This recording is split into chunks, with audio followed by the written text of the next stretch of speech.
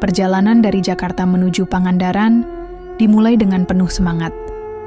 5 sahabat, Raka, Adi, Rina, Siska, dan Bima berangkat menggunakan mobil pribadi yang dikemudikan oleh Raka.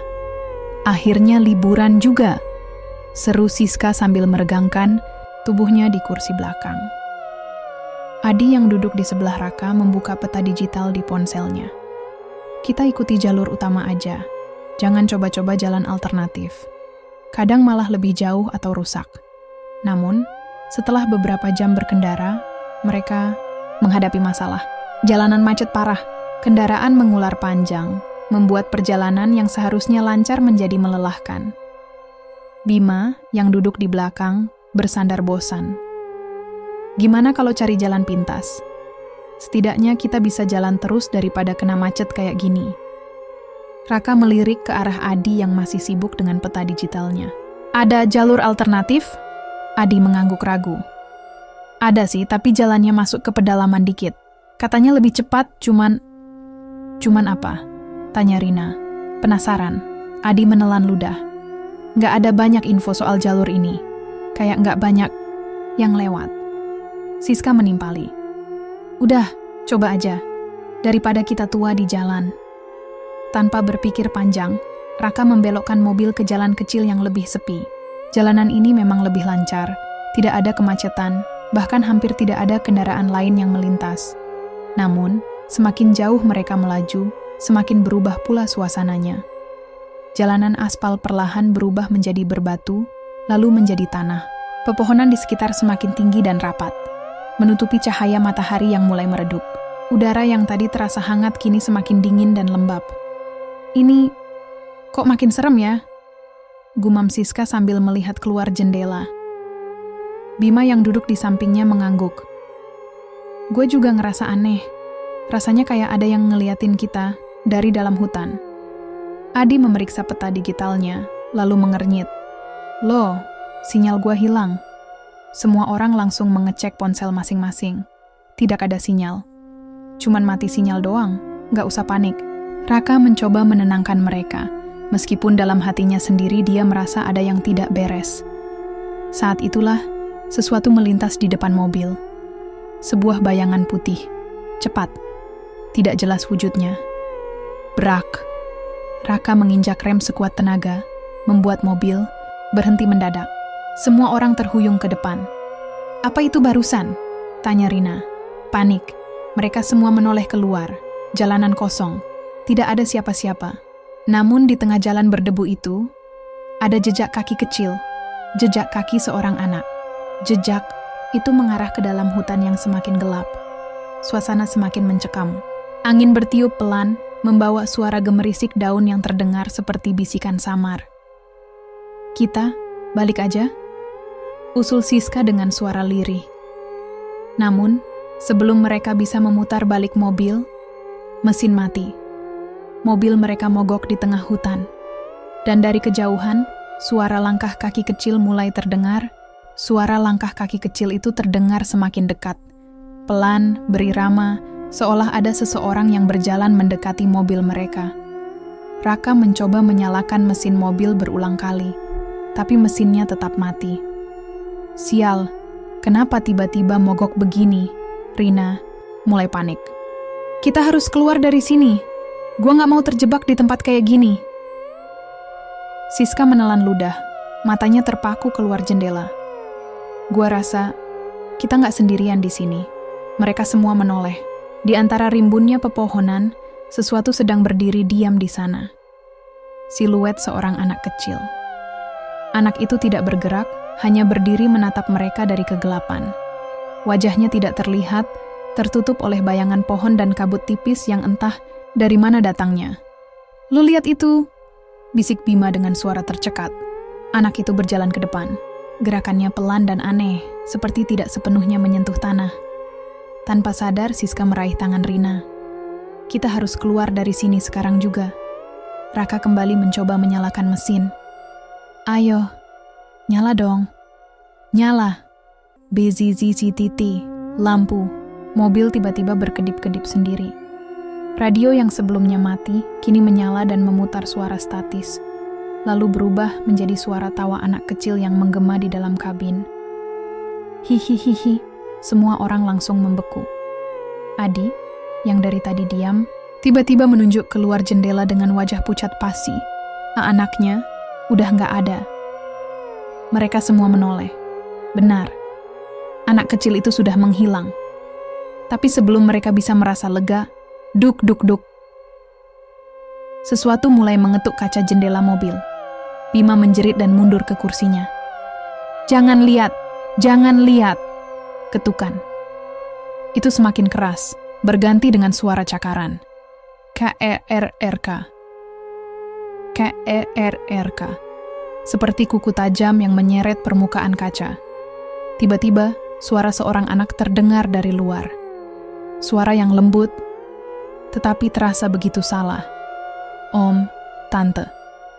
Bukain pintunya, dong. Mereka semua menahan napas. Jangan ada yang gerak, bisik Adi. Ketukan itu semakin pelan, lalu berhenti. Hening. Tidak ada suara apapun selama beberapa detik. Mereka hampir berpikir semuanya sudah selesai. Sampai, brak. Pintu mobil Bima terbuka sendiri dengan paksa.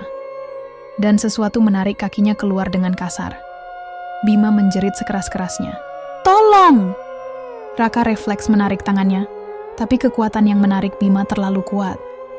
Namun sebelum Bima terseret sepenuhnya, mesin mobil tiba-tiba menyala sendiri. Masukin dia! Teriak Raka. Mereka berhasil menarik Bima kembali ke dalam mobil. Raka langsung menekan gas sekuat tenaga, membuat mobil melaju kencang meninggalkan tempat itu. Bima masih terengah-engah, wajahnya pucat. Celananya kotor penuh lumpur, seolah sesuatu dari dalam tanah hampir menyeretnya masuk. Mereka semua diam, masih berusaha mencerna apa yang terjadi. Siska akhirnya bersuara, napasnya masih tidak teratur. Gua bilang apa? Kita nggak seharusnya lewat jalan ini. Adi memeriksa peta digitalnya lagi, berharap mereka bisa menemukan jalan keluar. Tapi, peta di ponselnya kini menunjukkan sesuatu yang tidak masuk akal. Jalan yang mereka lewati tadi, secara ada dalam peta. Mereka berada di tempat yang seharusnya tidak ada, dan yang lebih mengerikan, jalan di depan mereka tiba-tiba bercabang tiga jalur yang sama, tanpa petunjuk arah. Yang mana yang harus kita ambil? Tanya Rina dengan suara gemetar. Tidak ada yang tahu, tapi di kaca spion, Raka melihat sesuatu di belakang mobil mereka. Anak kecil tadi, sedang berdiri di tengah jalan, tersenyum ke arah mereka. Mobil terus melaju di jalan berbatu, meninggalkan tempat di mana Bima hampir terseret sesuatu. Namun, saat mereka mendekati persimpangan, semua orang terdiam. Di depan mereka, 3 jalan bercabang dengan bentuk yang sama. Tidak ada rambu, tidak ada petunjuk, dan peta digital tetap menunjukkan bahwa mereka berada di lokasi kosong, seolah tempat ini tidak pernah ada di dunia nyata. Kita harus pilih jalan mana? Tanya Rina dengan suara bergetar. Raka menggenggam setir erat. Gua nggak tahu, tapi kita nggak bisa berhenti di sini lama-lama. Bima, yang masih terengah-engah setelah insiden tadi, mencoba menenangkan diri. Mungkin kita bisa cari tanda-tanda yang aneh, terus pilih jalan yang paling masuk akal. Adi mengernyit. Masalahnya, kita nggak tahu mana yang masuk akal. Tempat ini nggak masuk akal sama sekali. Di dalam ketegangan itu, suara kecil terdengar di antara pepohonan. Ke kiri, suara seorang anak. Mereka semua langsung menegang. Loh, dengar itu? Siska menatap mereka dengan wajah pucat. Raka menggeleng cepat. Gue nggak mau ambil jalan yang dibilangin sama apapun itu. Lani menutup telinganya. Jangan-jangan semua jalan ini sama aja. Kita akan tetap muter di tempat yang sama. Siska menelan ludah. Kita coba ambil jalan tengah aja. Tanpa banyak pilihan, Raka akhirnya memutar setir ke jalan tengah dan melaju. Jalanan ini lebih sempit dibanding sebelumnya, dan pepohonan semakin lebat. Cahaya dari lampu mobil hampir tidak bisa menembus kegelapan di depan mereka. Semakin jauh, mereka masuk. Semakin banyak kabut putih yang muncul dari dalam hutan. Adi tiba-tiba menegang, matanya membelalak ke layar peta digital yang kini menunjukkan sesuatu yang aneh. Ini nggak mungkin. Ada apa? Tanya Rina, cemas Son Adi menunjukkan layar ponselnya. Peta digital mereka kini menunjukkan bahwa mereka bergerak dalam lingkaran. Mereka terus kembali ke titik yang sama. Raka menginjak rem mendadak. Sial, gue rasa kita salah ambil jalan. Namun, sebelum mereka bisa mundur, BZZT lampu mobil mulai berkedip-kedip. Radio menyala sendiri mengeluarkan suara statis, dan di antara statis itu terdengar bisikan pelan, "Kalian gak akan bisa keluar." Siska mulai menangis. "Udah, gua mau balik ke Jakarta aja. Ini udah gak masuk akal." Bima mencoba membuka pintu mobil untuk mengecek keadaan. Tapi begitu dia melihat keluar, dia langsung membeku. Di sana, anak kecil berbaju putih itu berdiri lagi di tengah jalan, hanya beberapa meter dari mobil mereka. Tapi kali ini, ada yang berubah. Wajah anak itu tidak ada. Hanya kulit kosong tanpa mata, hidung, atau mulut. Tiba-tiba, tubuhnya bergerak cepat ke arah mobil. Brak! Mobil berguncang hebat seolah sesuatu menabraknya dari samping. Semua orang berteriak. "Gas! Gas!" Teriak Adi panik. Raka menginjak pedal gas sekuat tenaga. Mobil melesat meninggalkan anak tanpa wajah itu. Namun, ketika mereka berpikir sudah berhasil lepas, mereka kembali ke tempat yang sama. Persimpangan 3 jalur tadi muncul di depan mereka lagi. Ini nggak masuk akal.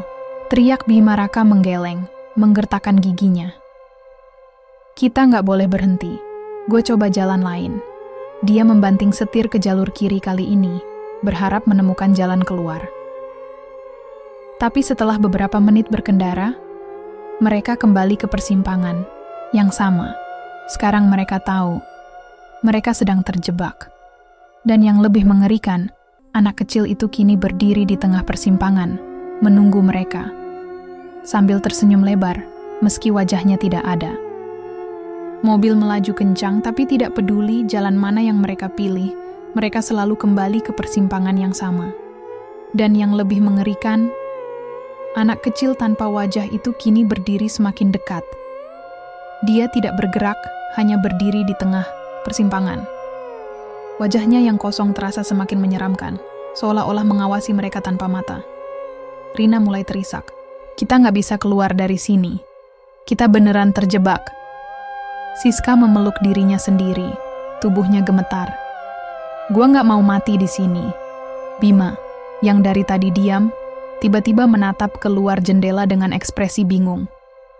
"Guys, kalian sadar nggak?" "Apa?" tanya Adi Bima menunjuk pepohonan di sekitar mereka. "Lihat pohon-pohon itu. Mereka berubah. Semua menoleh." Benar.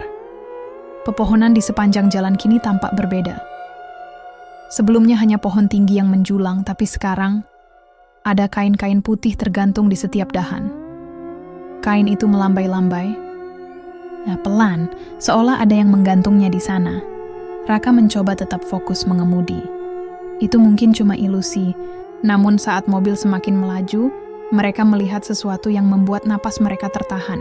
Itu bukan kain biasa. Itu pocong. Puluhan sosok terbungkus kain kafan tergantung di dahan-dahan pohon, menggantung dengan kepala menghadap ke bawah. Beberapa di antaranya bergerak perlahan, seolah masih hidup. Dan yang paling membuat bulu kuduk mereka berdiri, wajah-wajah di dalam kafan itu terlihat seperti mereka sendiri. Adi menjerit, "Stop! Stop mobilnya!" Raka menghentikan mobil mendadak. Semua orang terengah-engah, tubuh mereka gemetar hebat. Ini bukan dunia kita lagi, bisik Rina. Siska mulai menangis ketakutan. "Gue nggak mau di sini. Gue nggak mau mati di sini." Bima menggertakkan giginya. "Kalau kita tetap di dalam mobil, kita nggak akan keluar dari sini." Raka menoleh.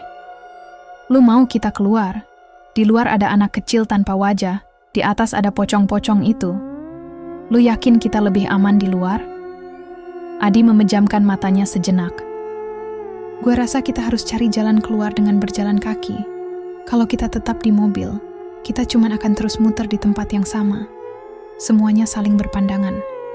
Tidak ada yang ingin keluar, tapi mereka tahu Mereka tidak bisa tinggal di sini selamanya. Akhirnya, dengan berat hati, mereka membuka pintu mobil dan keluar satu persatu. Udara di luar jauh lebih dingin dari yang mereka kira. Hutan itu kini terasa lebih sunyi. Tidak ada suara jangkrik, tidak ada suara angin, hanya keheningan yang begitu menekan. Mereka berjalan perlahan, meninggalkan mobil. Namun baru beberapa langkah, anak kecil tanpa wajah itu kini berdiri di depan mereka. Lebih dekat dari sebelumnya. Kali ini, tubuhnya sedikit berubah. Tingginya semakin bertambah, tangannya lebih panjang, dan kulitnya terlihat lebih pucat. Perlahan, kepalanya miring ke samping, seolah mengamati mereka. Lalu, dengan suara yang tidak seharusnya keluar dari seorang anak kecil, dia berbisik, "Kalian seharusnya tidak pernah datang ke sini." Tiba-tiba, angin bertiup kencang. Dan sebelum mereka bisa bereaksi, hutan di sekitar mereka berubah. Jalanan tempat mereka berdiri kini sudah tidak ada. Mobil mereka menghilang. Sekarang mereka berada di tengah kuburan tua, dengan batu-batu nisan kuno di sekeliling mereka, dan di salah satu nisan di depan mereka terukir nama mereka sendiri. Mereka membeku. Nama mereka sendiri terukir di batu nisan yang tertata rapi di depan mereka. Setiap nisan tertulis lengkap, Raka, Adi, Rina, Siska, Bima, seolah-olah mereka telah mati dan dikuburkan di tempat ini. Rina menelan ludah, tubuhnya gemetar. Ini nggak mungkin, ini nggak nyata kan? Siska mencubit lengannya sendiri, berharap ini semua mimpi buruk. Tapi rasa sakitnya nyata. Ini semua nyata. Bima mulai mundur perlahan. Kita harus pergi dari sini, namun sebelum mereka bisa bergerak lebih jauh, suara gemerisik terdengar di sekeliling mereka. Kuburan-kuburan itu mulai bergerak. Satu per satu, tanah di sekitar nisan retak. Dari dalamnya, tangan-tangan pucat muncul, mencakar tanah, mencoba keluar. Raka langsung menarik tangan Rina. "Lari!" Mereka berlari sekuat tenaga melewati area pemakaman yang entah bagaimana bisa muncul di hadapan mereka. Langkah kaki mereka serabutan, menghindari nisan yang mulai bergeser sendiri. Dari sudut matanya, Adi melihat sesuatu yang membuatnya ingin menjerit. Mayat-mayat keluar dari kubur mereka.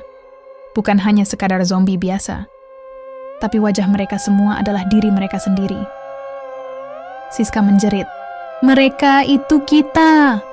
Sosok-sosok itu bergerak dengan lambat, tapi jumlah mereka semakin banyak. Dan di antara mereka, anak kecil tanpa wajah itu kini berdiri lebih tinggi dari sebelumnya. Tubuhnya memanjang, tangannya semakin kurus, dan kepalanya yang kosong perlahan mulai membentuk wajah baru. Wajah itu bukan wajahnya sendiri, itu wajah mereka berlima. Adi berteriak, "Kita gak bisa menang lawan ini." Mereka berlari tanpa arah, hanya ingin pergi sejauh mungkin dari semua yang terjadi. Namun hutan ini tidak ingin melepaskan mereka begitu saja. Di depan, sebuah gerbang kayu tua muncul entah dari mana. Gerbang itu terlihat berbeda dari semuanya, seolah menjadi satu-satunya hal yang berasal dari dunia nyata. Di atasnya, ada papan bertuliskan sesuatu, "Keluar sebelum terlambat." Tanpa berpikir panjang, mereka langsung berlari ke arah gerbang. Namun sebelum mereka bisa mencapainya, suara jeritan melengking memenuhi udara. "Kalian milik hutan ini." Angin bertiup kencang, tanah bergetar, dan sosok anak kecil yang kini telah berubah menjadi monster tinggi tanpa wajah melompat ke arah mereka dengan kuku panjang mencakar udara. Bruk! Mereka menerobos gerbang tepat saat monster itu hampir mencengkeram mereka. Dan begitu mereka melewatinya, gelap. Saat mereka membuka mata, mereka kembali berada di dalam mobil. Di tengah jalan raya, matahari bersinar terang, seolah-olah malam sebelumnya tidak pernah terjadi. Adi mengucek matanya. "Kita masih hidup?" Raka melihat sekeliling, napasnya masih terengah-engah. Mobil mereka masih menyala. Jalanan di depan mereka lurus menuju Pangandaran. Tidak ada persimpangan, tidak ada hutan, tidak ada anak kecil. Siska memegang kepalanya, masih gemetar. "Tolong bilang ke gue, kalau ini semua cuma mimpi. Bima menatap layar ponselnya. Sinyal kembali, tapi yang lebih mengejutkan, waktu di ponsel mereka menunjukkan hanya 5 menit berlalu sejak mereka terakhir kali melihat jalan macet. Tidak mungkin, mereka merasa telah menghabiskan berjam-jam dalam hutan itu. Mereka saling berpandangan, mencoba memahami apa yang sebenarnya terjadi, dan saat itu juga, Rina yang duduk di belakang menahan napas. Guys, suaranya gemetar. Semua menoleh. Di kaca belakang mobil, samar-samar, ada jejak tangan kecil.